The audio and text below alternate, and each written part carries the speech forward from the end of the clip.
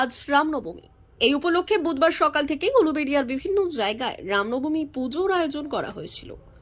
এই দিন রামনবমী উপলক্ষে সকাল থেকেই উলুবেড়িয়া কালীবাড়ি প্রাঙ্গণে পুজো দেওয়ার জন্য প্রচুর ভক্ত ভিড় করেছিল।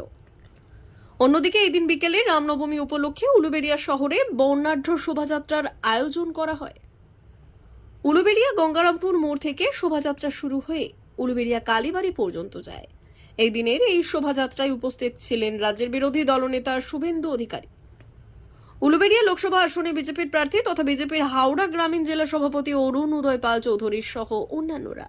অন্যদিকে এদিন রামনবমীর শোভাযাত্রা উপলক্ষে উলুবেড়িয়া শহরে কড়া নিরাপত্তার ব্যবস্থা করা হয়।